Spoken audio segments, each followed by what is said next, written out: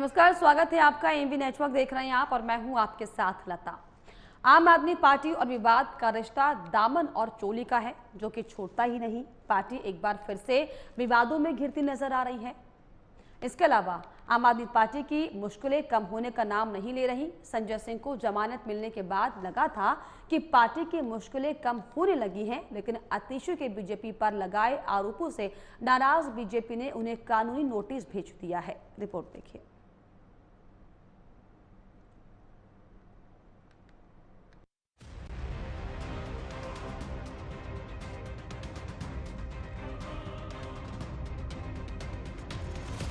Supreme court ने दिल्ली शराब घोटाले से जुड़े मनी लॉन्ड्रिंग मामले में आम आदमी पार्टी नेता और राज्यसभा सदस्य संजय सिंह को मंगलवार को जमानत दी थी।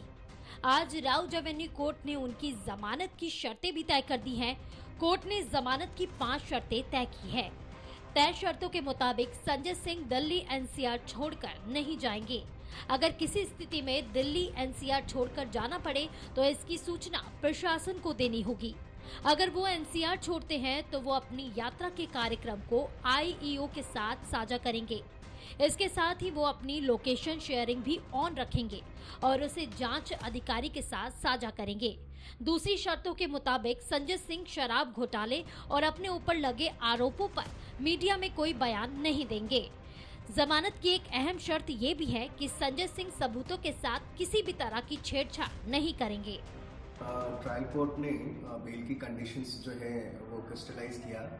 तो उसमें जो कंडीशंस हैं वो सबसे पहले तो 2 लाख रुपीस का श्योरिटी जो है अमाउंट ऑफ 1 श्योरिटी वो निर्धारित किया है। दूसरा उनके पासपोर्ट को कोर्ट ने कहा है कि आप इनको कोर्ट में डिपॉजिट करेंगे और कंट्री आप लीव नहीं करेंगे, मतलब देश छोड़ के नहीं जाएंगे। और तीसरा जो कंडीशन है वो जो सुप्रीम कोर्ट ने कंडीशन लगाई थी कि आप अपनी भूमिका को लेकर, इस केस में जो आपकी भूमिका है उसको लेकर जो है आप कोई बात नहीं करेंगे, वो जो सुप्रीम कोर्ट की कंडीशन है वो यहाँ पे भी वो कंडीशन है। और चौथी कंडीशन ये है जो कोर्ट ने लगाई है, वो ये कहा है कि आप अगर कहीं पे बाहर जाते हैं दिल्ली के, तो आपका जो शेड्यूल है वो आप जो है जो इन्वेस्टिगेटिंग ऑफिसर है इस केस का, उससे आप शेयर करें। एक तरफ जहां संजय सिंह को कोर्ट से राहत मिली है और उन्हें कोर्ट ने जमानत दे दी है, तो वहीं दिल्ली सरकार में मंत्री आतिशी बीजेपी पर आम आदमी पार्टी को तोड़ने का आरोप लगाकर फंस गई हैं। आतिशी के आरोपों से नाराज दिल्ली बीजेपी अध्यक्ष वीरेंद्र सचदेवा ने माफी मांगने की मांग की थी, लेकिन आतिशी के माफी नहीं मांगने पर बीजेपी नेता वीरेंद्र सचदेवा ने उन्हें कानूनी नोटिस भेज दिया है। दिल्ली बीजेपी के अध्यक्ष वीरेंद्र सचदेवा ने कहा, आतिशी के कल बयान पर हमने कहा था कि वो झूठ बोल रही है, आपके आरोप आधारहीन हैं। हमने उन्हें माफी मांगने का समय दिया था। समय सीमा खत्म होने पर उन्हें मानहानि का नोटिस दिया गया है। आतिशी के आरोपों पर बोलते हुए वीरेंद्र सचदेवा ने कहा कि वो अपने आरोपों पर कोई सबूत नहीं दे पाई है। बीजेपी के मुताबिक दिल्ली में आम आदमी पार्टी संकट के दौर से गुजर रही है और इस वजह से पार्टी नेता बेबुनियाद इल्जाम लगा रहे हैं। आतिशी मारलेना ने जब कल कहा था, हमने तभी कहा था कि आप झूठ बोल रही हैं, आपके आरोप बेबुनियाद हैं और आपके स्वभाव में है आम आदमी पार्टी के कि आप झूठ बोलते हैं और भाग जाते हैं, हम आपको भागने नहीं देंगे। तो हमने कल शाम तक का उन्हें समय दिया था, उन्होंने माफी नहीं मांगी तो उनको डिफेमेशन नोटिस दे दिया गया है और कह दिया गया है कि 15 दिन के अंदर जवाब दें, नहीं तो कानूनी कार्रवाई हमने शुरू कर दी है। आतिशी मार लेना, आप झूठ बोलकर भाग नहीं सकती, आपको जवाब देना पड़ेगा। संजय सिंह को कोर्ट ने कुछ शर्तों के साथ जमानत दे दी है, लेकिन हमें ये ध्यान रखना होगा कि कोर्ट ने उन्हें आरोप मुक्त नहीं किया है। साथ ही जमानत कुछ शर्तों के साथ मिली है। तो वहीं आतिशी को बीजेपी ने मानहानि का नोटिस भेजकर आतिशी और आम आदमी पार्टी की परेशानियों को और बढ़ा दिया है। अगर आतिशी अपने आरोपों को साबित नहीं कर पाई तो इससे जहां पार्टी की छवि को चोट पहुंचेगी, तो वहीं जनता में गलत संदेश भी जाएगा। Bureau report, AMV network.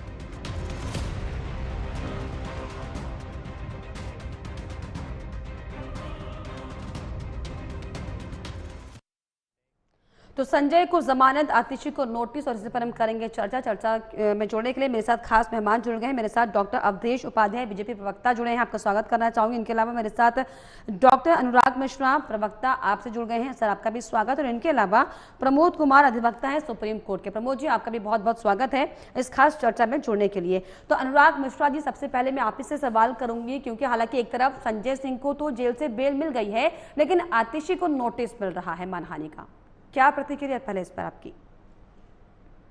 देखिए, खिसियानी बिल्ली खंबा नोचे, वही सिद्धांत जो है भारतीय जनता पार्टी के ऊपर लगता है। भारतीय जनता पार्टी चूंकि इसमें पूरी तरह से एक्सपोज हो गई है, तथाकथित शराब घोटाले का जो इसने कहानी बनाई थी, इस कहानी में वो पूरी तरह से विफल रही और सुप्रीम कोर्ट के सामने पूरी तरीके से ईडी की बोलती बंद हो गई। जब सुप्रीम कोर्ट ने कहा कि बेल को अगर तुम्हें अपोज करना है तो बेल को अपोज करने से पहले सोच समझ करके आना हमारे पास, क्योंकि नहीं तो मैं मेरिट पर केस सुनूंगा। तो उनको इस बात को डर लग गई कि आज से आज ये पूरा का पूरा केस खत्म होने वाला है, इसलिए बेल को लेकर के कोई भी तरीके की कोई भी अपोज करने की स्थिति में ईडी नहीं बची, क्योंकि सचमुच में उनके पास कोई भी चीज तथ्य नहीं था। उल्टे सत्य ये है कि जितने भी आरोपी थे, मुख्य आरोपी शरद चंद्र रेड्डी जो था, उससे बीजेपी को मनी ट्रेल मिल चुकी है 55 करोड़ रुपए इलेक्टोरल बॉन्ड के माध्यम से।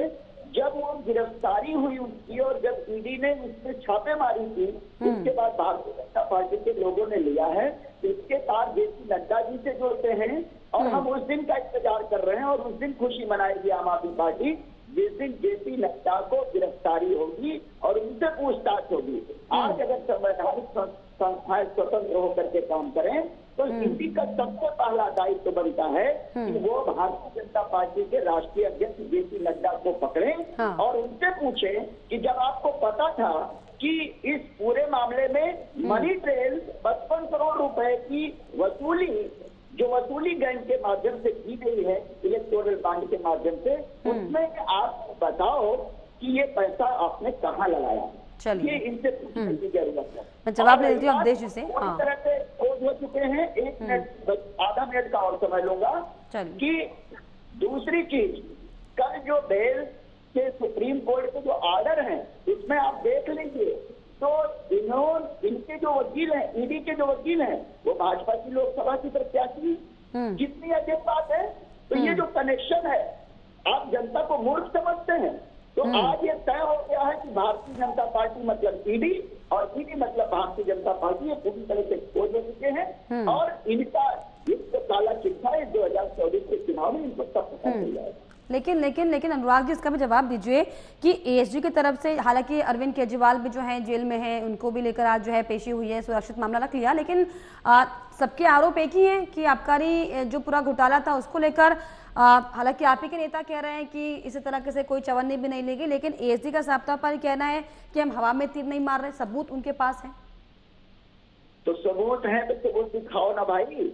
आज तक सबूत कहाँ है? मनी ट्रेल कहाँ है? कहाँ पर मनी है? वही तो पूछ रहे हैं। हम तो सबूत दिखा रहे हैं, हम तो बता रहे हैं कि इलेक्टोरल बॉन्ड इन्होंने लिया है। और कब लिया है? जब आपको ये पता चल गया कि मनी लॉन्ड्रिंग में शरद चंद्र रेड्डी फंसा हुआ है और उसने पैसे गड़बड़ इधर के उधर किए हैं, तो जब उसके ऊपर आरोप था, उससे आप चंदा वसूली कर रहे थे, क्यों कर रहे थे? अवधेश जी, मनी लॉन्ड्रिंग का ये पूरा मामला है, हालांकि इलेक्टोरल बॉन्ड का जो सामने आया खुलासा, चंदा पूरा चिट्ठा, वो भी किसी से नहीं छुपा है। तो क्या जो इलेक्टोरल बॉन्ड को लेकर जो आरोप बीजेपी पर लग रहे हैं, क्या उसको ढकने के लिए चुनावी सभा में इस तरह के चुनावी स्टंट का इस्तेमाल क्या हुआ? और इसके अलावा ये भी आरोप लग रहे हैं कि पीएमएलए के तहत कोई सबूत ही नहीं है, ये जो पूरा भ्रष्टाचार का सीन चल रहा है, कोई आरोप नहीं है, कोई चवन्नी नहीं ली, आरोप लगा रहे हैं आम आदमी पार्टी के, और खिसियानी बिल्ली खंबा नोचे जिस तरीके से अभी अनुराग जी ने कहा, क्या ये स्थिति बीजेपी की है क्या?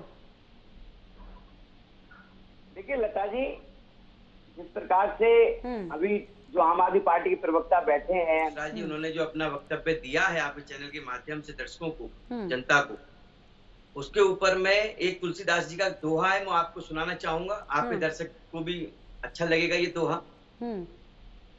झूठा ही लेना झूठा ही देना, झूठा ही भोजन झूठ चवेना, आम आदमी पार्टी का चरित्र जो है आज के समय में झूठ लेना, झूठ देना, झूठी खाना, झूठी परोसना।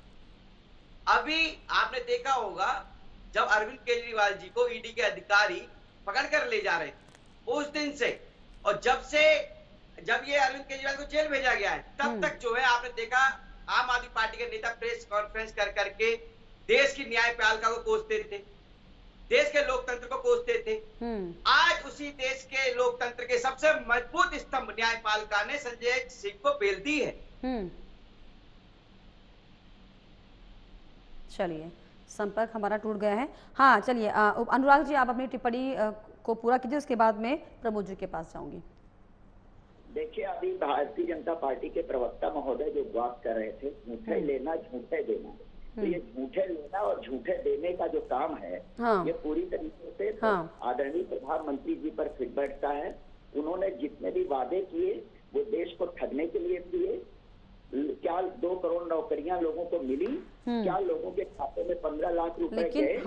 कुछ भी, एक भी काम इन्होंने पूरा नहीं किया।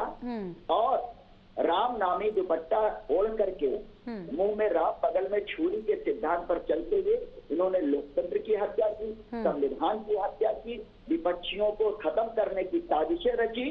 और जिस तरीके से जो अभी आप करिए कानूनी नोटिस देकर के केवल एक चर्चा चलाना, जिससे कि जो ईडी आज एक्सपोज हुई है, ये ईडी और भारतीय जनता पार्टी के रिश्ते खुले हुए हैं, वो कहीं से दब जाए और मीडिया में इसकी चर्चा कुछ दिन के लिए चला दी जाए। केवल इसी को नोटिस है, उन सब नोटिस का कोई मतलब नहीं है। सबको मालूम है कि भारतीय जनता पार्टी लेकिन अनुराग जी इसका भी जवाब देना होगा ना कि जो 100 करोड़ हवाला का जिक्र हो रहा है, अनुराग जी जो 100 करोड़ हवाला का जिक्र जो हो रहा है, इसको भी तो आपको जवाबदेही इस पर करनी पड़ेगी ना। आखिर ये फिर कहाँ से सामने आया? कहाँ है 100 करोड़? 1000 करोड़ से चला था, 100 करोड़ 338 करोड़ आया, अब 100 करोड़ आया। कुछ लोग कहते हैं 55 करोड़ रुपया लिया गया, अब कुछ लोग कह रहे हैं कि लाख रुपए पर आ गया, 50 लाख रुपया लिया गया है। गोवा के चुनाव में 50 लाख रुपया लिया गया है। कहाँ पे है मनी ट्रेल? एक पैसे की रिकवरी नहीं हुई। सीधे सीधे ईडी के जो नियम और कानून बनाए गए हैं उसमें साफ साफ ये बात कही गई है कि आपको पैसे की रिकवरी दिखानी पड़ेगी, नहीं तो पीएमएलए का एक्ट का कानून आप नहीं लगा पाएंगे। लेकिन ईडी जबरन ठोक करके और आरोप लगा करके, और आरोप क्या, केवल एक बयान के आधार पर सिटिंग चीफ मिनिस्टर को केवल कुछ लोगों के बयान के आधार पर, वो भी ऐसे लोगों के बयान के आधार पर जो कि प्रमुख आरोपी रहते हैं। और 7 बार बयान में केजरीवाल का नाम नहीं आता, आदरणीय सांसद संजय सिंह जी का नाम नहीं आता। लेकिन उसके बाद अचानक से उनका नाम आ जाता है। क्यों आ जाता है? क्योंकि उनको रेड किया जाता है, टॉर्चर किया जाता है, बोला जाता है। मैं इन सबका जवाब जो है प्रमोद कुमार जी से ले लेती हूँ, अधिवक्ता सुप्रीम कोर्ट में। प्रमोद जी, जिस तरीके से ये पूरा प्रकरण चल रहा है, हालांकि आम आदमी पार्टी के कई बड़े बड़े नेता जो हैं वो जेल में हैं और संजय सिंह को बेल भी मिल गई। हालांकि जो बेल मिली है वो कुछ शर्तों के साथ मिली है, इसको सर कैसे समझाइएगा? देखिए, ये जो है माननीय न्यायालय का कॉमन प्रोसीजर है। और जैसा देखते हैं कि माननीय सर्वोच्च न्यायालय जस्टिस खन्ना है, उन्होंने 2-3 कंडीशन उन्होंने रखा था। एक तो पहला ये रखा था कि इस केस को, जो संजय सिंह का केस, उसको प्रेसिडेंट नहीं बनाया जाए किसी अन्य केस में। ये थोड़ा सा अलग था कि इन्होंने इन्वेस्टिगेशन ज्वाइन लिया, इन्होंने इन्वेस्टिगेशन का कंप्लीट हो गया और फर्दर इनको इन्वेस्टिगेशन की जरूरत नहीं है। जो ईडी पूछना चाहता था उसके ईडी के पास आ गया। इसलिए इनका जो काम था जेसी का, जो जुडिशियल कस्टडी का, वो ओवर हो गया है और करीब 6-6.5 महीना रह गए हैं। तो ऐसी हालात में माननीय सर्वोच्च न्यायालय ने कुछ कंडीशन कर करके बेल दे दिया। दूसरी बात उन्होंने कहा कि जो ट्रायल कोर्ट कंडीशन इम्पोज किया, तो आज ट्रायल कोर्ट ने जो कंडीशन इम्पोज किया उनके ऊपर में, वो कहा कि आप पासपोर्ट पहले डिपॉजिट कीजिएगा सो दैट कि आप यहां से फ्ली नहीं कर सकते हैं, बाहर नहीं जा सकते हैं। दूसरा उन्होंने कहा कि एनसीआर से दिल्ली से बाहर जाना होगा। एनसीआर दिल्ली से यदि आपको बाहर जाना होगा तो आपको ईडी को इन्फॉर्म करना होगा। मींस कि आप अब कहीं पर भी रहेंगे आपका लोकेशन ऑन होना चाहिए। आप जो भी वो इसलिए कि आप किसी भी तरह से, क्योंकि आप पॉलिटिकल पावरफुल आदमी हैं, तो किसी तरह का किसी भी विटनेस को हेम्पर और टेम्पर नहीं कर सकते हैं, उसको किसी तरह से सबूत को छेड़छाड़ नहीं कर सकते हैं। यदि इन फ्यूचर में ये पाया गया कि इस कंडीशन को ये तोड़ते हैं तो इनकी बेल टूट जाएगी और फिर जो है ये जेल में चले जाएंगे। तो जेल जाने का ये मतलब नहीं हुआ ये बेल होने का कि इनका पे जो आरोप है वो आरोप निराधार हो गया, यानी कि आरोप जो है उन पर जांच अभी होगी। ये सिर्फ एक प्रोसेस का जो है एक समय है जिसमें निगरानी पर वो रहेंगे, इसलिए कुछ शर्तों के हिसाब से जो है बेल दी गई है। बिल्कुल, और ये कॉमन होता है। देखिए सबसे बेल का जो कंडीशन होता है, जो सबसे प्रिलिमिनरी जो ये एप्लीकेशन में वो दिया जाता है कि हमको चूंकि जेल में इतना दिन रह गए हैं और अब जो है फर्दर कोई इन्वेस्टिगेशन की जरूरत नहीं है, और चूंकि मैं कोई भी एविडेंस को हेम्पर और टेम्पर हम नहीं करेंगे, किसी भी तरह से सबूत को छेड़छाड़ नहीं करेंगे, किसी को हम धमकाएंगे नहीं, किसी तरह से केस को प्रभावित नहीं करेंगे। और तीसरी कंडीशन ऑनरेबल सुप्रीम कोर्ट ने साफ कहा है इसमें कि आप जो शराब घोटाले से रिलेटेड क्योंकि पॉलिटिकल पर्सन है तो आप इस केस से बच के रहिएगा और किसी भी तरह का कोई बयान नहीं लीजिएगा। जैसा कि अभी आप देख रहे होंगे सबूत भी ना मिटाए जाए, बातें जो की जाती है, झूठ सच बातें की जाती है, तो उसके लिए स्पेशल हिदायत दी गई है कि आप न्यायालय में जो लंबित मसला है जो कि उस पर किसी तरह का आप झूठी या अनर्गल बातें जो है किसी तरह का नहीं कीजिएगा, कोई टीका टिप्पणी नहीं कीजिएगा। यदि आज के बाद यदि संजय सिंह बाहर आते हैं और किसी तरह का ये शराब घोटाले पर किसी तरह का जो है टीका टिप्पणी करेंगे तो हो सकता है इनको फिर से बेल टूट जाएगी और इनको अंदर जाना होगा। इसलिए इनको विशेष एहतियात के तौर पर जो है बिल्कुल। चलिए मैं लौटूंगी अवधेश जी आपके पास में आऊंगी, और अब क्योंकि जिक्र हम संजय सिंह का भी कर रहे हैं और आतिशी का भी कर रहे हैं, जिस तरीके से आतिशी ने ये 4 नाम गिनाए हैं कि अब इनको जो है बीजेपी तोड़ने की कोशिश कर रही है, इन पर जो है दबाव बनाया जा रहा है कि या तो बीजेपी में आ जाओ या फिर ईडी की जांच में तैयार हो जाओ, तो क्या ऐसा कुछ ऑफर बीजेपी देती है क्या नेताओं को? मैंने शुरू में आपको तुलसीदास जी का दुआ सुनाया था, आपने सुना होगा, झूठ ही लेना झूठ ही देना, झूठ ही भोजन झूठ चबेना। आम आदमी पार्टी 24 घंटे 12 महीने 7 दिन जो है झूठ बोलना झूठ ही बोलना काम करती है। अभी इन्होंने बोला कि विधायक को खरीदा जा रहा है। अरे भाई, हमारे जो प्रदेश अध्यक्ष है दिल्ली के वीरेंद्र सचदेवा जी, उन्होंने बोला है, सबूत दीजिए आप, मानहानि का दावा किया इनके खिलाफ। पहले भी एक बार कहा था इन्होंने कि हमारे विधायकों को तोड़ने की कोशिश की जा रही है 25 करोड़ में। अरे 2 रुपए की औकात है नहीं, 25 करोड़ में तो वह कौन खरीदेगा भाई? ऐसे घोटालेबाजों को खरीदता कौन है? घोटालों का बिल्कुल समर्थन नहीं करते हैं, मान लिया। लता जी, मेरी बात अधूरी रह गई थी, अनुराग जी की बात का मैं जवाब दे दूं। ये बार-बार शरद रेड्डी की बात करते हैं, केवल एक नाम इनके पास है।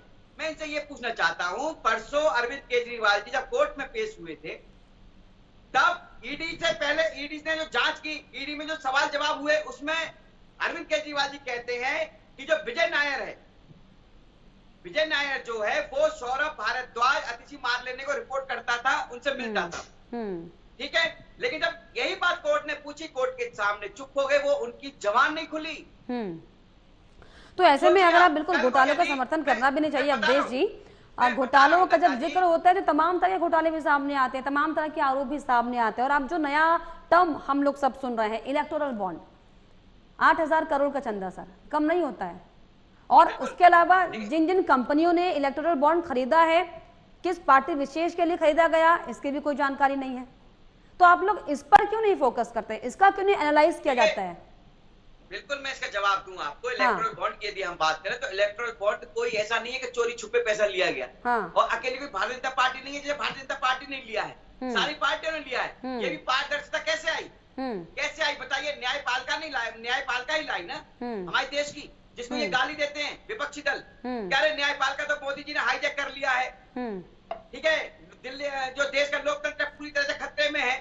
आज संजय सिंह को बेल मिल गई तो वही लोकतंत्र जिंदा भी है, न्यायपालिका भी अच्छी है, सब कुछ अच्छा है, सब कुछ चंगा है एकदम। चलिए, शराब घोटाले का ये मामला है और इस मामले को लेकर अवधेश जी, हालांकि अरविंद केजरीवाल की गिरफ्तारी तो हो गई है, एक निजी कंपनी है, नाम मुझे अभी याद नहीं आ रहा है, एक निजी कंपनी है, इसी मामले में शराब आबकारी घोटाले मामले में ही जो है संयुक्त वो कंपनी है, उसने इलेक्टोरल बॉन्ड खरीदा है, लेकिन ऐसे छोटी छोटी कंपनीज जो हैं उनके खिलाफ तो आपकी कोई कार्रवाई नहीं हो रही है, यानी कि सीबीआई ईडी की कोई कार्रवाई नहीं, उनके खिलाफ कोई जांच क्यों नहीं बिठाई जाती है? क्या ये सिलेक्टिव कार्रवाई हो रही है क्या?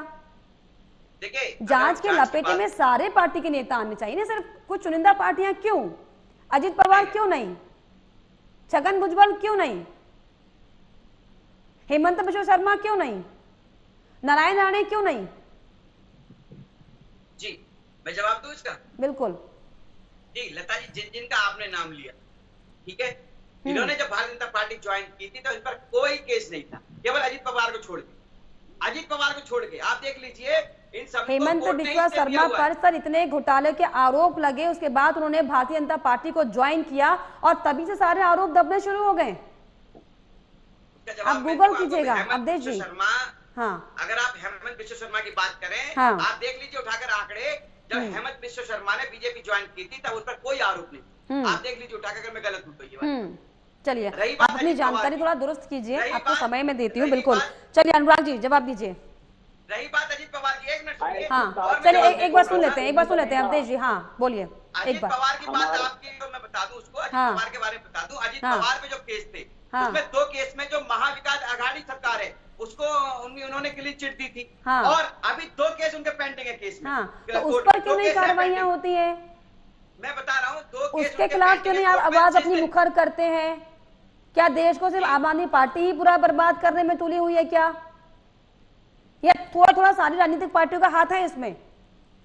देखिए, हम किसी पे आरोप नहीं लगा रहे, कौन बर्बाद कर रहा है, कौन आवाज कर रहा है, ये देश की जनता तय करेगी। जिस तरह से दिल्ली में शराब घोटाला हुआ, उसके सबूत पाए गए, संवैधानिक एजेंसी उस पर जांच कर रही है, संवैधानिक एजेंसी उस पर कार्रवाई कर रही है, वो ये सिद्ध करेंगी ये आरोपी है, ये इसने ये घोटाला किया है, ये जेल जाएगा, ये जेल से बाहर रहेगा। हमारा आपका कोई उसमें काम नहीं है। ये तो बाहर बीच में लेके आते हैं बीजेपी को। अरे भाई, बीजेपी ने थोड़ी ना कहा था कि आप शराब घोटाला करें। अनुराग जी बार बार बीजेपी को लेके आते हैं बीच में। हाँ अनुराग जी, हालांकि आतिशी आपकी मंत्री ने 4 नामों को दिया है कि आतिशी, सौरभ भारद्वाज, राघव चड्ढा और दुर्गेश पाठक को अब तोड़ने की कोशिश की जा रही है। तो सबूत दीजिए ना आप, किसने आपको फोन किया, कहां से आपको ये ऑफर आया? लता जी, मैं एक पॉइंट पे सारे पे जवाब देता हूँ।